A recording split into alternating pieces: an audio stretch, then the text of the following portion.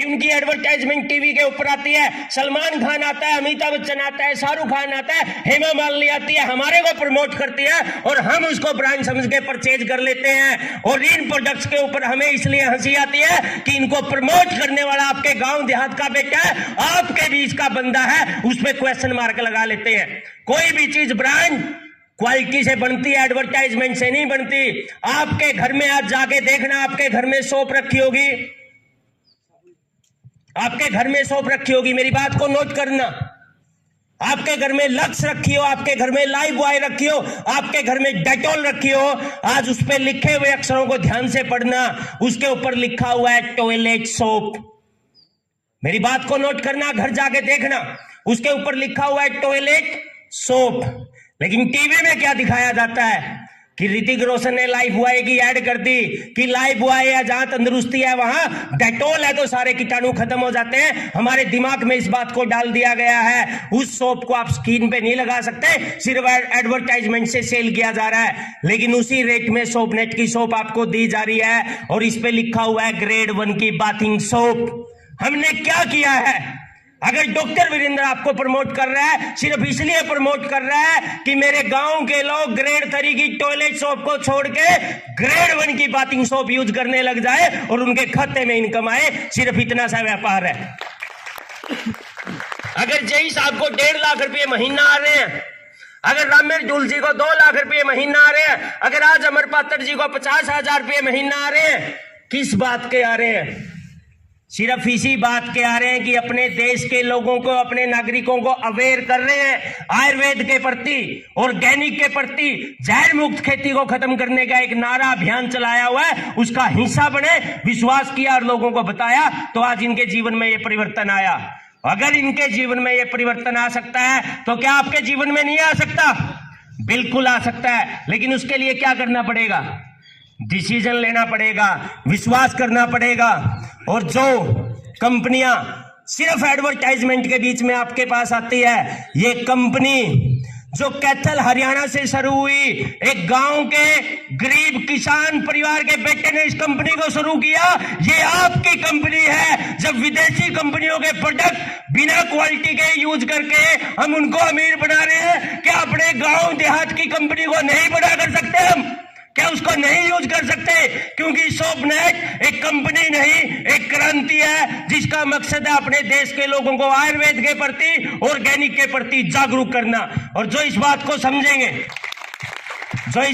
समझेंगे, जो इस चीज में विश्वास करेंगे, वो हमारे साथ आएंगे। हम उनका तहे दिल से स्वागत करेंगे, क्योंकि हम सच्चाई से, ईमानदारी से बिजनेस कर रहे हैं। और जब आप कोई सच्चाई से काम करते हैं ना, कुदरत भी उसी तरह से आपको रिवार्ड देता है। अगर आपके मन के अंदर सच्चाई है, एक राजा को वजीर चाहिए था अपने राज्य के लिए, क्योंकि अगर आपके अंदर सच्चाई है तो कुदरत उसी तरह से आपके साथ एक्शन लेता है कि आपकी नीयत क्या है। एक राजा को अपने राज्य के लिए वजीर की नीड थी। उसने काबिल लोगों को बुलाया कि मुझे अपने राज्य के लिए एक वजीर चाहिए। सारी तरह की सिलेक्शन के बाद, हर तरह से उनकी बुद्धि, समझदारी, उनका सारा जब टेस्ट लिया गया तो 4 लोग छंट के आए। और जब वो 4 लोग छंट के आए, अब उनमें से डिसाइड करना था कि इनमें से एक को अपने राज्य का वजीर बनाना है। उसने क्या किया? उनको कुछ बीज दिए और उनको बोला कि 6 महीने बाद मिलना और दिखाना कि किसने इन बीजों की कितनी ग्रोथ ली है, क्या आप इनको ग्रो करके लेके आए हैं। और 4 के 4 वजीरों की जो सिलेक्शन के लिए कैंडिडेट थे, वो बीज लिए और अलग अलग तरीके से निकल गए कि ग्रोथ करके लेके आएंगे। 6 महीने बाद चारों को बुलाया गया। जो सबसे पहले आया, 4-5 बोरी लेके आया अनाज की, कि सर आपने जो मुझे कुछ बीज दिए थे राजा साहब, मैं ये 4-5 बोरी अनाज की उगा लाया, ये ग्रोथ है। दूसरे को बुलाया, उसने 20-50 बोरी उगा के लेके आया, कह रहा है जो आपने मुझे बीज दिए थे, मैंने इतने अच्छे तरीके से ग्रो किया कि 20-23 बोरी अनाज की उगा लाया। जब तीसरे को बुलाया गया, कह रहा है गिनने के लिए बहुत सारे लोगों को लगाना पड़ेगा, ये जितने रथ दिख रहे हैं सबके अंदर अनाज रखा हुआ है, मैं इतनी ग्रोथ कर लाया। अब सब लोग सोच रहे थे कि ये विजेता बनने की तरफ है। फिर चौथे को बुलाया गया कि आपने क्या ग्रो किया। वो आते ही बोला कि राजा साहब मुझे माफ कर दो, आपने जो मुझे बीज दिए थे मैं उनमें कोई ग्रोथ नहीं कर पाया।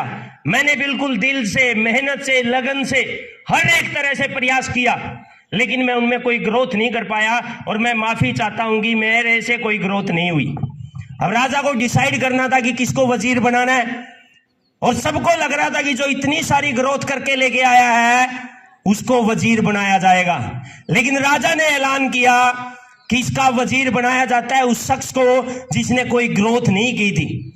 और सब लोग बड़े डिसीजन पे हैरान हुए कि ऐसे कैसे, इसने तो कोई ग्रोथ की ही नहीं थी, राजा ने इसको वजीर कैसे बना दिया। लेकिन जब राजा ने आंसर दिया कि मैंने जो इन चारों को बीज दिए थे वो बीज भांज दे, उनसे कोई ग्रोथ हो नहीं सकती थी। जो ये तीनों ग्रोथ करके लेके आए हैं, ये नकली लेके आए हैं, झूठी लेके आए हैं, चौथे ने एक्चुअल में काम किया है क्योंकि इनसे ग्रोथ नहीं हो सकती थी। इसी तरह से सोपनेट अपने प्रोडक्ट्स के अंदर pure Ayurvedic, pure herbal, 100% chemical free चीजें लेके आए हैं और मुझे 100% विश्वास है एक दिन पूरे इंडिया नहीं पूरे दुनिया में लोगों तक ये पहुंचेगी, क्योंकि हमारी इंटेंशन सही है। और जब आप सही इंटेंशन से कोई काम करते हैं, सच्चाई से कोई काम करते हैं, समय लग सकता है लेकिन वो परमात्मा देख रहा है कि हम सच्चाई से काम कर रहे हैं। आज जब 2 लोग ये कैथल हरियाणा से चले थे, आज हजारों लोग हो गए हैं और एक दिन पूरी दुनिया में करोड़ों लोग इस आयुर्वेद को अपनाएंगे।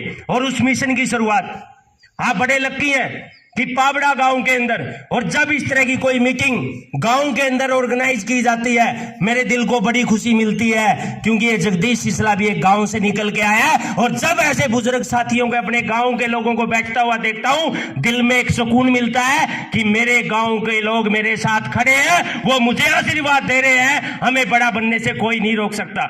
इसलिए जो हम आपके बीच आए हैं, सिर्फ ये कहने के लिए आए हैं कि एक क्रांति है और आपके गांव में विश्वास इस पे जताया है। आप सब लोग इससे जुड़िए और मिलके आगे काम कीजिए, हम सभी आपके साथ हैं। लास्ट में एक स्टोरी के माध्यम से अपने बात खत्म करूंगा, क्योंकि प्रोफेसर साहब ने बताया कि मौका आता है, इनके पास भी कोई शख्स आया था जो 70 लाख रुपये महीने की इनकम पे आज काम कर रहा है, उसको देख के ये जुड़े थे। और आज ऐसे ऐसे बहुत सारे लोग हैं जिनके पास ये मौका आता है, लेकिन वो उस मौके को समझ नहीं पाते। आज से 11 साल पहले जब ये जगदीश सिसला के पास मौका आया था, मैं भी एक नॉर्मल किसान परिवार में पैदा हुआ हूं। फादर मदर अनपढ़ थे, 1 किला जमीन थी, BA BEd JBT MSc mathematics था। मेरे को भी लगता था कि मैं टीचर लग गया, अब तो मुझे कुछ करने की जरूरत नहीं है। पर मेरे जीवन में भी 11 साल पहले मौका आया था और मेरे को भी किसी ने बताया था कि इस तरह से आयुर्वेद, हर्बल, ऑर्गेनिक प्रोडक्ट को प्रमोट करने से आपका जीवन परिवर्तित हो सकता है। और मेरा भगवान को धन्यवाद करता हूं, मैंने यस कर दिया था, मैंने समझ लिया था और वो समझा, और उससे जीवन में जो परिवर्तन हुआ, ये जगदीश सिसला जिसने डिस्कवर बाइक से शुरुआत की थी, ऑडी BMW में चलने लगा, गांव में छोटे से मकान से लेके करोड़ों के लग्जरी हाउस बनाए और अपना जीवन तो परिवर्तित किया। और भगवान ने फिर मेरे को, रत्री जी को आशीर्वाद दिया कि अब करोड़ों लोगों का जीवन परिवर्तन करना है। ये ताकत इस बिजनेस की है, लेकिन ये तब होता है जब आप उस पर विश्वास कर लेते हैं, जैसे इन सभी ने विश्वास किया।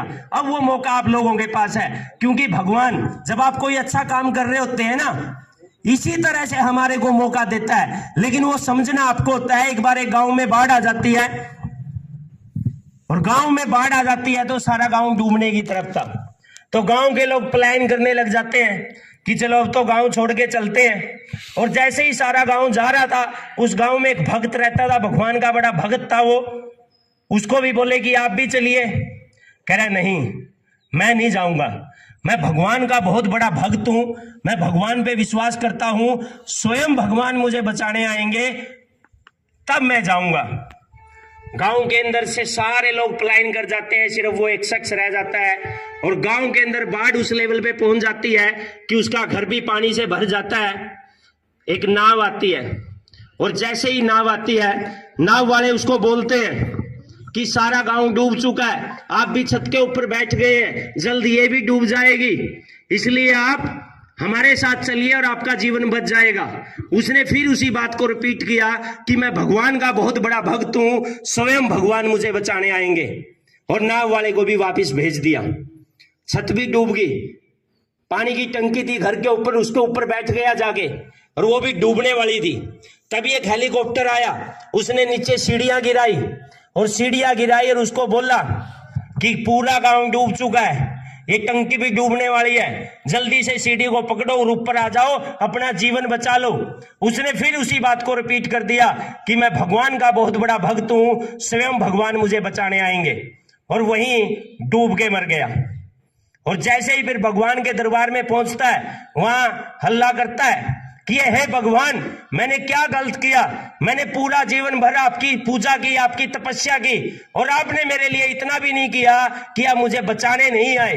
जो भगवान ने जवाब दिया उसको कि ये मूर्ख इंसान, वो किश्ती और हेलीकॉप्टर क्या तेरे बाप ने भेजे थे? मैंने ही तो भेजे थे, लेकिन तूने उसको पहचाना नहीं। इसी तरह से मौका हमारे जीवन में आता है, हो सकता है आपके जीवन को बदलने के लिए सोपनेट के माध्यम से, जय साहब के माध्यम से, अमर पात्र जी के माध्यम से पाबड़ा गांव के अंदर आया है। वो आपने डिसाइड करना है कि इसको कैसे लेना है। इन्हीं बातों के साथ सोपनेट में विश्वास जताने के लिए, इस गांव में सोपी की ओपनिंग करने के लिए मैं वीरेंद्र जी को, डॉक्टर वीरेंद्र जी को बहुत बहुत बधाई देता हूं, धन्यवाद करता हूं कि आप सभी इस प्रोग्राम में आए। Wish you all the thank you. जय सोपनेट।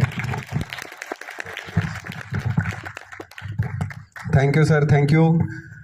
तो एक बार हमारे सीएमडी के लिए जोरदार तालियां हो जाएं। दोस्तों, आज आपके बीच में जो चीख के ये बातें बताई जा रही हैं, इसके पीछे बहुत बड़ा लॉजिक है, इसके पीछे एक ईमानदारी, सच्चाई छिपी हुई है। कुछ लोग उसको समझ सकते हैं, कुछ लोग इसको इग्नोर करते हैं।